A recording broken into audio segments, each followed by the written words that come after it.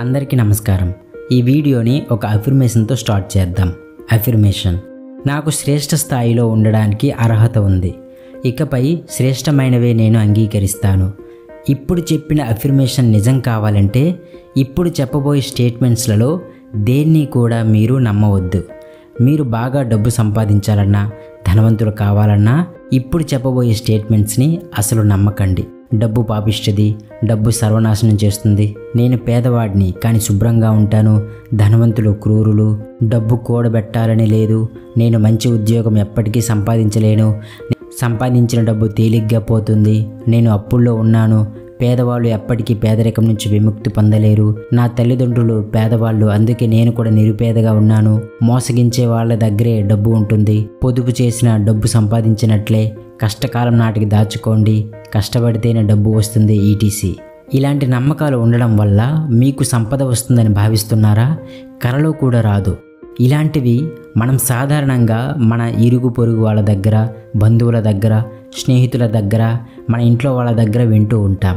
అదంతా పాత ఆలోచన ధోరణి. అలాంటి వాటిని నిజమని నమ్మితే మనల్ని మనమే పరిమితిలో పెట్టుకోవడం అవుతుంది.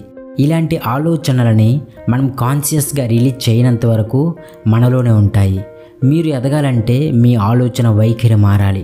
నా వరకు నిజమైన సంపద మొదలయ్యేది మన గురించి మనం చక్కగా ఆలోచించగలిగితేనే. అయితే ఇప్పుడు మనం అఫర్మేషన్స్ కానీ మనీ మెడిటేషన్ కానీ చేయకుండా నేచురల్గా డబ్బుని సృష్టించడానికి కొన్ని విషయాలు తెలుసుకుందాం. మొదటిది, అభినందనలు స్వీకరించండి. ఎంతోమంది ధనవంతులు కావాలనుకుంటారు, కానీ వాళ్ళు అభినందనలు స్వీకరించరు. అభినందనలు సమృద్ధికి దారితీస్తాయి. వాటిని హుందాగా స్వీకరించాలి. ఎవరైనా గిఫ్ట్ ఇచ్చినా, అభినందనలు తెలిపినా థ్యాంక్ యూ అని చెప్పి చిరునవ్వు నవ్వాలి. అభినందనలు తెలియజేసిన వారికి తిరిగి మళ్ళీ అభినందనలు చెప్పితే వారికి కూడా ఒక గిఫ్ట్ ఇచ్చినట్టే ఉంటుంది. ప్రతి ఉదయం చక్కగా సంతోషంగా లేవడం, చక్కటి అనుభూతులతో ఒక కొత్త రోజు గడపడం అలవాటు చేసుకోవాలి. ఇది సమృద్ధిని కలగజేస్తుంది. రెండవది, అవతల వాళ్ళ అదృష్టం చూసి ఆనందించండి. మీరు ఇరుగు పొరుగు వారైనా, బంధువులైనా మీకంటే సంపూర్ణంగా ఉన్నారని కోపం, ద్వేషం పెంచుకోకండి. దానివల్ల మీకు వచ్చే సంపదలు మరింత ఆలస్యమవుతాయి. వాళ్ళు వాళ్ళ డబ్బులు ఎలా ఖర్చు పెడుతున్నారో చూసి విమర్శించకండి. అది మీకేమాత్రం సంబంధం లేదు. ప్రతి మనిషి తన చైతన్యం ప్రకారం తన సొంత ఆలోచనల గురించే పట్టించుకుంటాడు. కానీ మనం అవతలి వాళ్ళ అదృష్టాన్ని ప్రశంసించాలి. ఈ విశ్వంలో తరగనంత ఐశ్వర్యం అందరి కోసం ఉందని మనం ఎప్పుడూ గుర్తుపెట్టుకోవాలి. మీరు టిప్స్ ఇవ్వడానికి వెనకాడతారా? మీరు బాత్రూమ్ క్లీన్ చేసే వాళ్ళతో అవమానకరంగా మాట్లాడతారా? మీ ఆఫీస్లో, మీ అపార్ట్మెంట్లో పనిచేసే వాళ్ళని పట్టించుకోరా? తక్కువ ధరకి వస్తున్నాయని ఆశపడి ఎండిన కూరగాయలు కొంటారా? మీరు మీ షాపింగ్ని తక్కువ ధరలకు అమ్మే షాప్లోనే కొంటారా? ఇలా అయితే మీరు ఒక సాధారణ వ్యక్తిగా ఆలోచిస్తున్నారని అర్థం. డిమాండ్ అండ్ సప్లై అనే ఒక సూత్రం ఉంది. ముందు డిమాండ్ ఉండాలి. ఆ తరువాత డబ్బు ఎక్కడి నుంచి ఎంత రావాలో అంత వస్తుంది. ఎక్కడి నుంచి వస్తే మీకెందుకు? విశ్వమే తెస్తుంది. మీరెంత ధనం కావాలనుకుంటే మీ జీవితంలోకి అంత ధనం వస్తుంది. ఇక మూడవది, చిరు ఆదాయాన్ని, కొత్త ప్రారంభాన్ని ఆనందించండి. ఆదాయాన్ని పెంచుకోవాలంటే ముందు మనం అర్హతని, దానికి తగ్గ నమ్మకాన్ని కలిగి ఉండాలి. మీకు ఒక ఉదాహరణ చెప్తాను. ఒక వ్యక్తి తన ఆదాయాన్ని పెంచుకోవాలని అఫర్మేషన్ చెప్పుకునేవాడు. బ్రేక్ఫాస్ట్ చేయడానికి రోజు వెళ్ళే హోటల్కి వెళ్ళాడు. అక్కడ ఆ హోటల్ మేనేజర్ అతన్ని గుర్తుపట్టి, సార్ మీరు అడ్వర్టైజ్మెంట్ చేస్తుంటారు కదా అన్నాడు. అయితే మా షాప్కి ఒక చిన్న అడ్వర్టైజ్మెంట్ ప్లాన్ ఇవ్వండి సార్ అన్నారు. అతను ప్లాన్ ఇచ్చాడు. ఆ హోటల్ మేనేజర్ తనకి ఫ్రీ బ్రేక్ఫాస్ట్ని మరియు కొంత మనీని ఆఫర్ చేశారు. ఈ చిన్న సంఘటనతో మార్పు మొదలయ్యింది. అతను అనేక విధాలుగా ఆదాయం సంపాదించవచ్చని గ్రహించాడు. మీకు కూడా ఇలాంటివి అనుభవంలోకి వస్తాయి. వాటిని గుర్తించండి, పట్టుకోండి.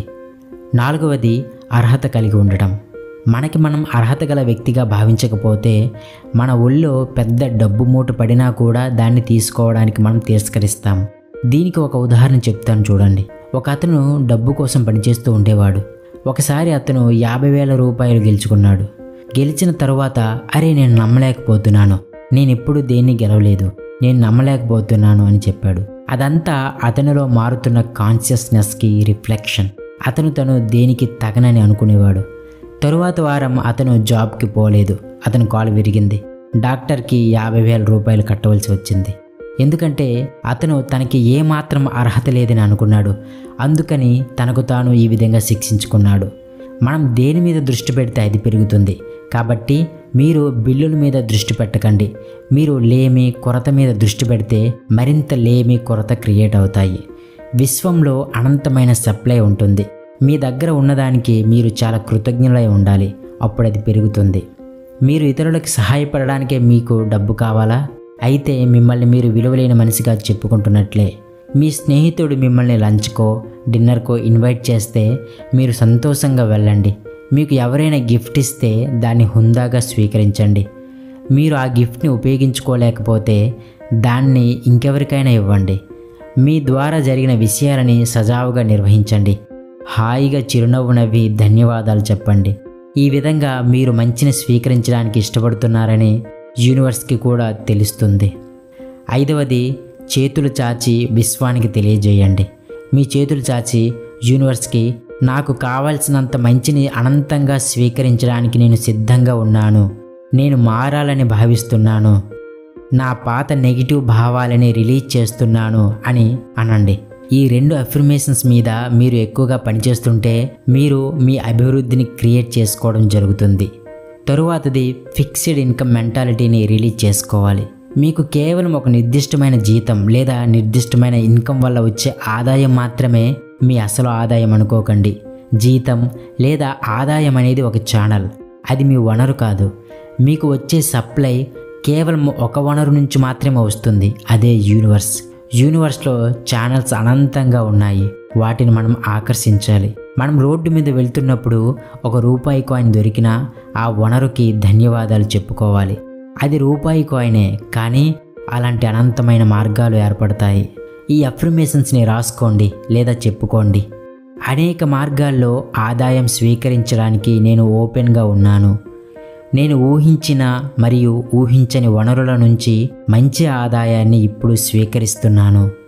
నేనొక అనంత రూపాన్ని. నాకు తరగని వనరుల ద్వారా అనంతమైన దారుల నుంచి ఆదాయం వస్తుంది. ఇక 7వది, కొత్త వాటికి చోటు ఇవ్వండి. మీ ఫ్రిడ్జ్ని క్లీన్ చేయండి. చిన్న చిన్న పొట్లాలలో కట్టిపెట్టినవి తీసి ఉపయోగం లేని వాటిని పడేయండి. మీ గదుల్ని శుభ్రం చేయండి. గత 6 నెలలు ఉపయోగించని సామాన్లను వదిలించుకోండి. ఏడాదిగా ఉపయోగించని సామాన్లైతే ఖచ్చితంగా బయటపడేయవచ్చు. అమ్మేయండి, ఇచ్చేయండి, కాల్చేయండి, ఏదో ఒకటి చేయండి. గందరగోళంగా ఉన్న గదులు, గందరగోళంగా ఉన్న మనసులు లాంటివి. మీ గది క్లీన్ చేస్తున్నప్పుడు నా మనసు గదుల్ని శుభ్రం చేస్తున్నాను అని అనుకోండి. ఈ అనంతమైన విశ్వంలో ఉన్న ప్రతీదీ అనంతంగానే అందుబాటులో ఉంటుంది. మనకి సంపద రాకపోవడానికి కారణం ఏమిటంటే నాకు టాలెంట్ లేదు, సామర్థ్యాలు లేవు అని అనుకోవడమే. ఇప్పుడు ఒక స్టేట్మెంట్ చెప్తాను. అది విన్నాక ఏమనిపించిందో కామెంట్ చేయండి. డబ్బు సంపాదించడం చాలా తేలిక. ఈ స్టేట్మెంట్ విన్నాక మీకేమనిపించింది? కోపం వచ్చిందా? నిరుత్సాహం అనిపించిందా? మొబైల్ని అవతలకి విసిరేయాలనిపించిందా? మీ రియాక్షన్ ఎలా ఉన్నా సరే పర్వాలేదు. నేను చెప్పింది మీ అంతరంగానికి తాకింది. మీలో నిద్రాణంగా సంపదలని ఆకర్షించే శక్తి ఉంది. మీకు సంపద ప్రవాహంలా అందే సమయం ఇదే. ఇక చివరిది, మీ బిల్స్ని ఇష్టపడండి. మనం డబ్బు గురించి గాబరా పడటం, బిల్స్ గురించి కోపం తెచ్చుకోవడం మానేయాలి.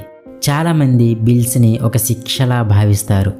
వాటి నుంచి వీలైనంత వరకు తప్పించుకోవాలని చూస్తారు. బిల్లు కట్టగలిగితే మనకి ఖర్చు చేయగలిగే సామర్థ్యం ఉందని అర్థం.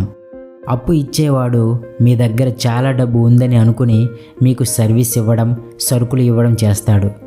నా ఇంటికి వచ్చే ప్రతి బిల్లును నేను ప్రేమిస్తాను. నేను రాసే ప్రతి చెక్ని ఇష్టపూర్వకంగా రాస్తాను. మీరు కోపంతో ఉంటే డబ్బు మీ దగ్గరికి రాదు.